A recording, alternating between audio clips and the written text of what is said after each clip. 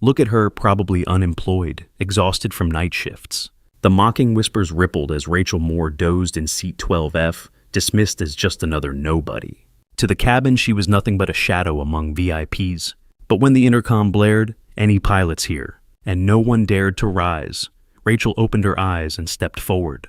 With only 5 words, call sign, Night Viper 9. She froze the cabin before proving herself the military pilot once written into legend. Rachel's head was pressed against the cold airplane window, her black hair spilling over the hood of a faded gray sweatshirt. Her jeans were worn thin at the knees, her sneakers scuffed and fraying at the edges. She looked like she had thrown on whatever was clean and boarded the flight without a second thought. No makeup, no jewelry, just a small backpack tucked under the seat. The cabin around her buzzed with the self-important chatter of business travelers and socialites, their designer suits and glossy handbags screaming wealth. To them, Rachel was a smudge on their polished world, someone who didn't belong.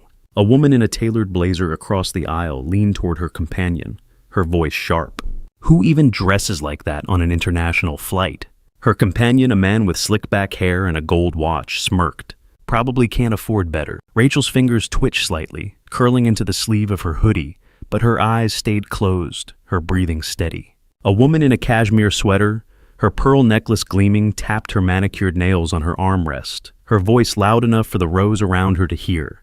She's probably some charity case got a free ticket or something. Her friend, a man with a neatly trimmed beard and a silk tie, nodded his eyes, flicking to Rachel's worn backpack. Bet she's never even seen a first-class lounge.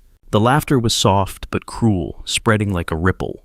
Rachel's hand paused on her backpack strap, her fingers brushing the frayed edge as if grounding herself. A young woman in a designer skirt a few seats back joined in, her voice high and mocking.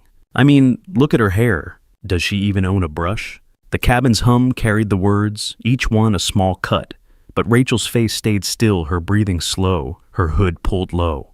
The plane was high over the Atlantic, the sky outside a vast inky void. Most passengers were settled sipping overpriced wine or tapping on laptops. Rachel's seatmate, a middle-aged guy in a cheap polyester suit, nudged the young woman next to him, her nails painted a glossy red. Bet she's crashing on someone's couch when we land, he said, his voice loud enough to carry. The woman laughed, her eyes flicking over Rachel's sneakers, or a hostel if she's lucky. A man 2 rows up, his tie loosened, and a Rolex glinting joined in. Last-minute discount ticket, no doubt. Look at her sleeping like she's got nowhere to be. The words hung in the air, sharp and unchallenged. Rachel didn't move, but her hands slid to her lap, fingers tightening just enough to notice.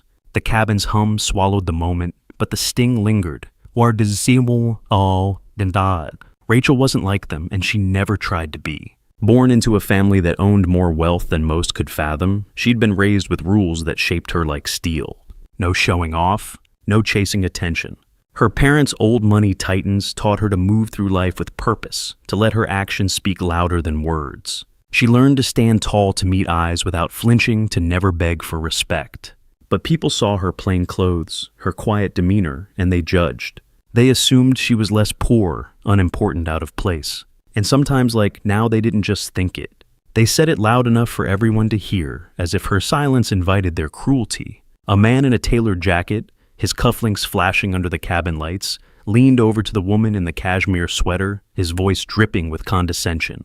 She's probably one of those types who thinks they're above it all, dressing like that to make a point.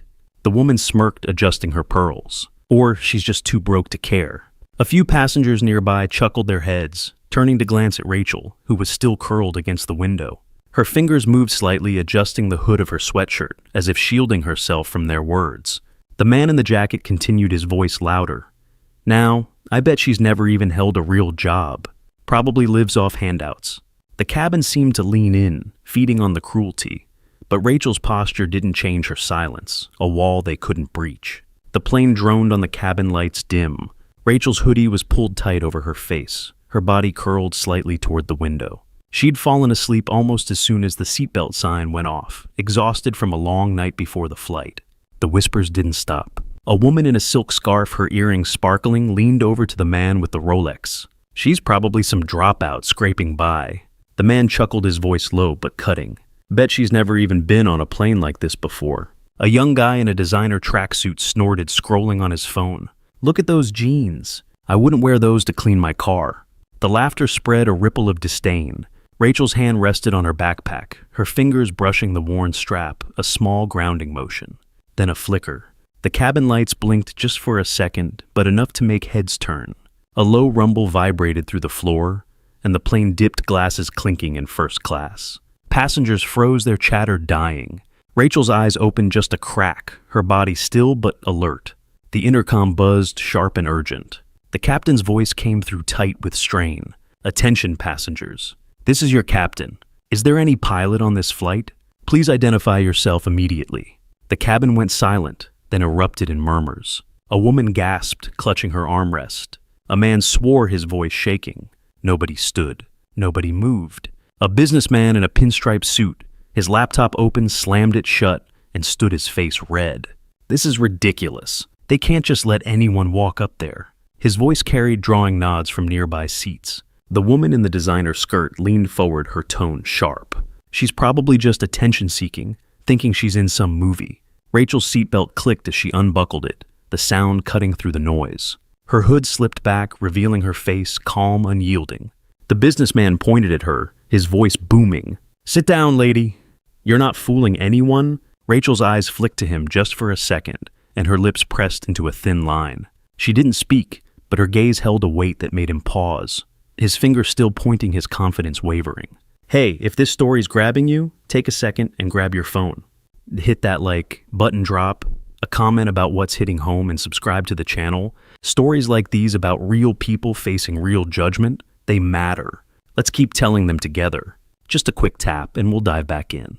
Rachel sat up, her hood slipping further, her dark eyes scanning the cabin. She stood, her movement steady, like she'd been waiting for this moment. The man in the cheap suit grabbed her arm, his grip tight, his face twisted. "What are you doing?" "Sit down."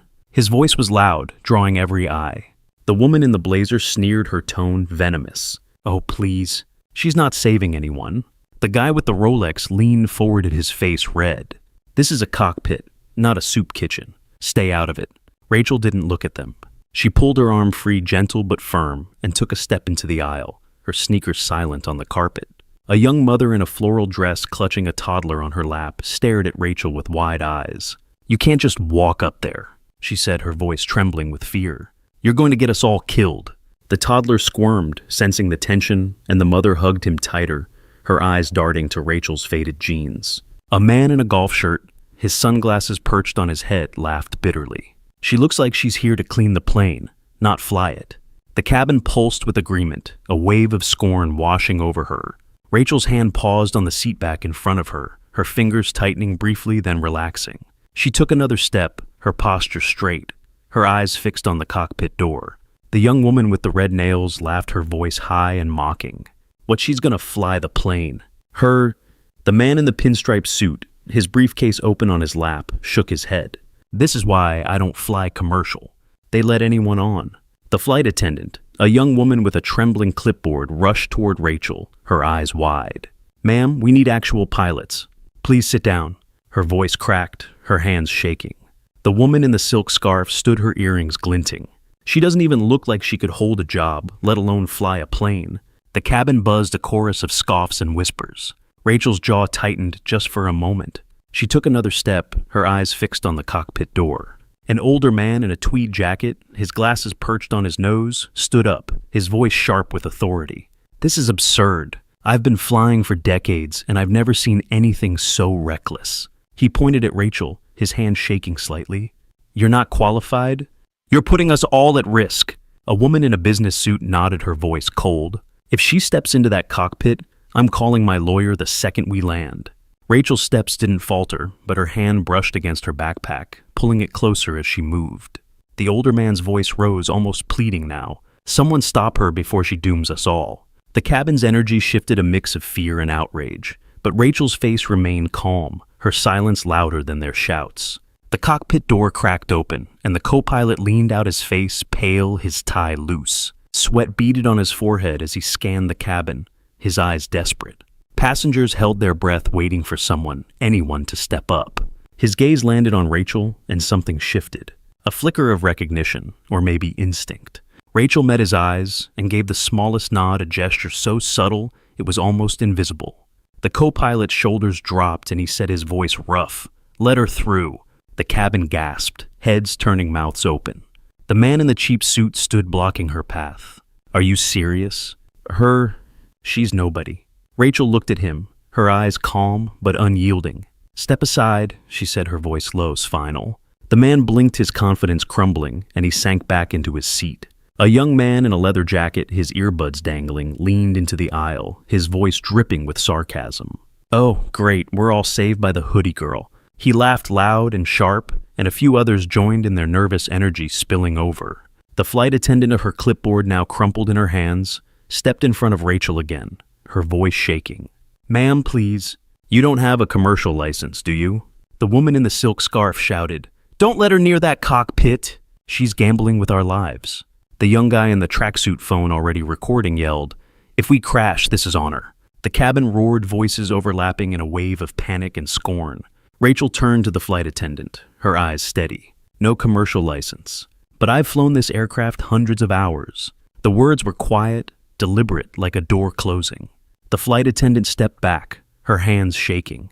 Rachel walked forward of her steps, even her backpack left behind in 12F. Inside the cockpit, the air was heavy. The captain was slumped in his seat, his face gray, his hands trembling on the controls. The co-pilot shut the door behind Rachel, his eyes wide. "Who are you?" he asked, his voice barely audible over the hum of the instruments. Rachel slid into the captain's chair, her movements smooth like she'd never left it. Her hands brushed over the yoke, the throttle, the dials, each touch precise, familiar. "Call sign, Night Viper 9, she said, her voice low, steady. The co-pilot froze, his mouth open. That name carried weight, a whisper in military circles. A pilot who'd flown missions nobody spoke of, who'd walked away after one went wrong. Horribly wrong. A memory flickered unbidden as Rachel's hands moved over the controls. She was 22, strapped into a fighter jet, the desert a blur below. The radio crackled to her commander's voice sharp. "Night Viper 9, engage." Her hands had been steady, then two, guiding the plane through a storm of chaos. But the mission had ended in flames, not from her error, but from orders she couldn't refuse. The weight of it had followed her, a shadow she carried in silence. Now in the cockpit, her fingers danced across the switches, her eyes locked on the instruments.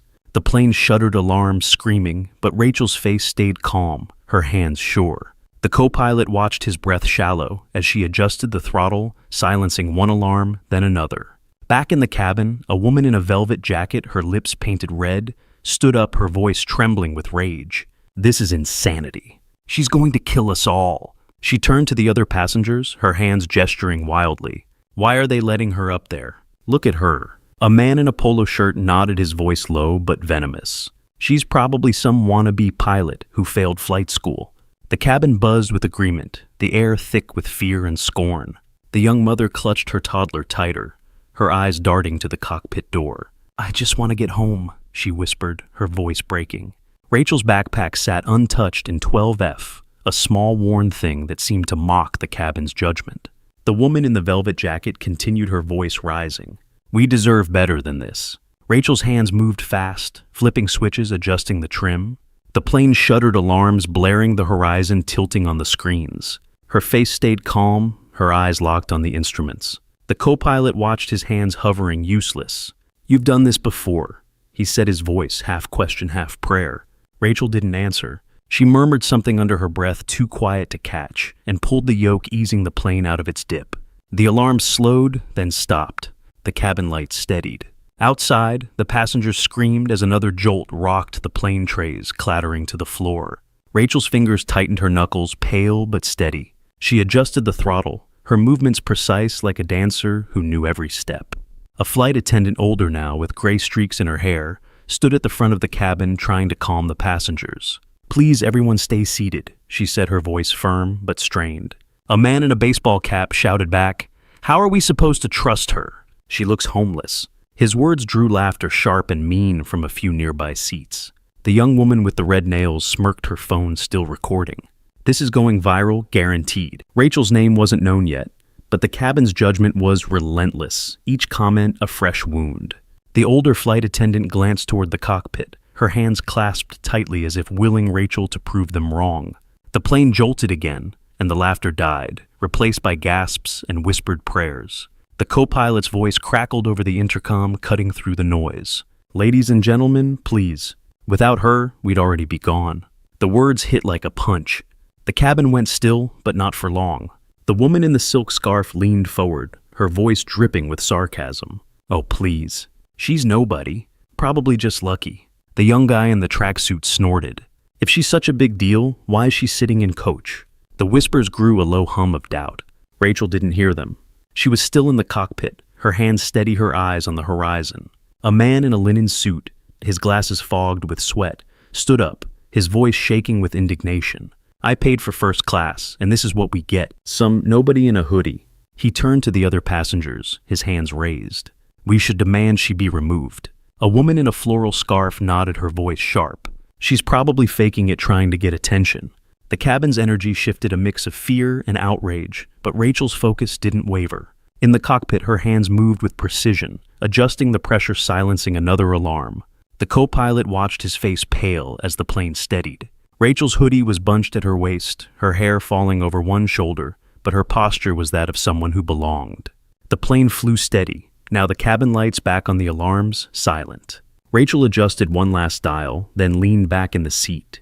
Her hoodie was bunched at her waist, her hair falling over one shoulder. She looked out of place, but her hands told a different story. The co-pilot watched, his face a mix of relief and disbelief. "We're stable," he said, and almost to himself. Rachel nodded, her eyes still on the controls. "Get the captain to medical when we land," she said, her voice quiet but firm. She stood, smoothing her hoodie, and walked back to the cabin.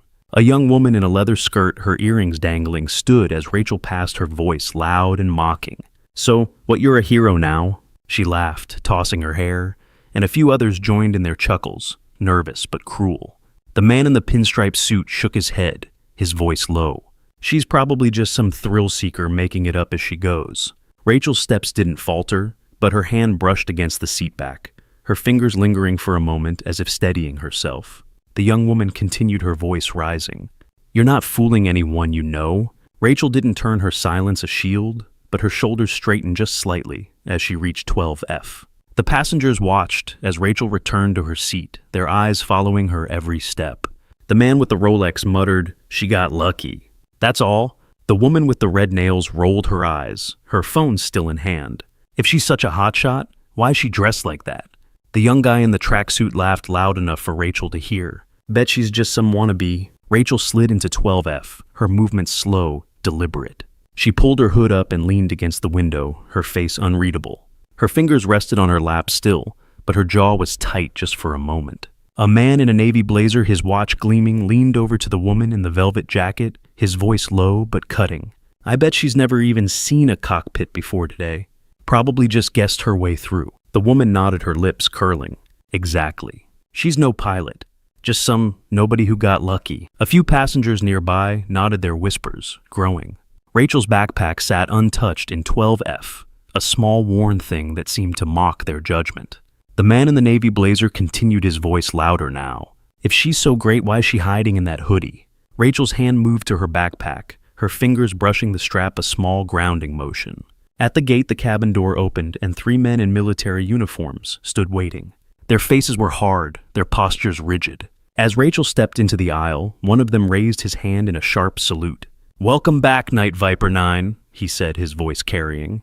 The other 2 saluted in unison, their eyes locked on her. The passengers froze, mouths open, hands still on their bags. The man with the Rolex dropped his phone.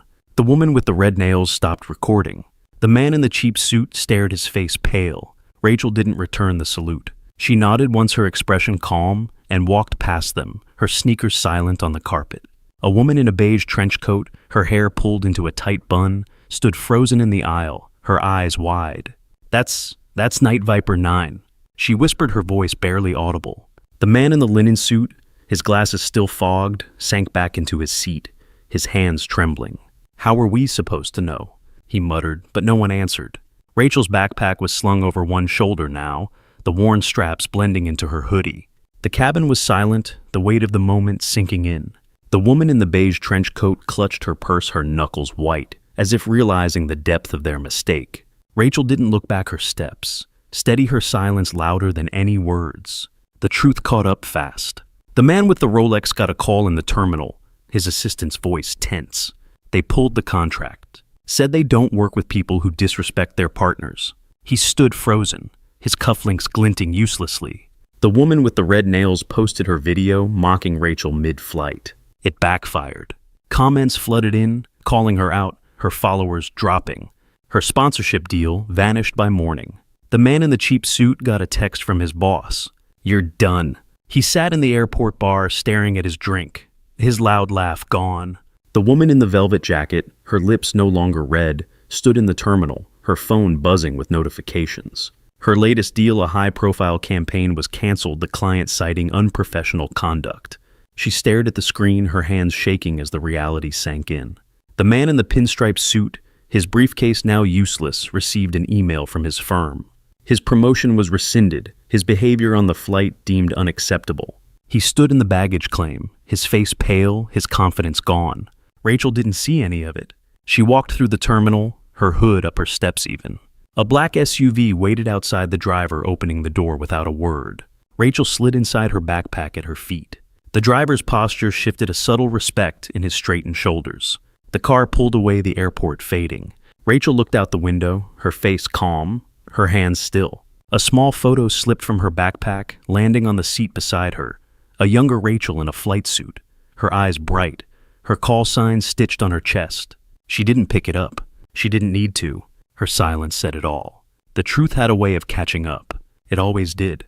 Rachel didn't need to shout her worth or flash her name. She'd spent her life proving it one quiet step at a time. For everyone who'd ever been looked down on, dismissed or laughed at, her story wasn't just hers.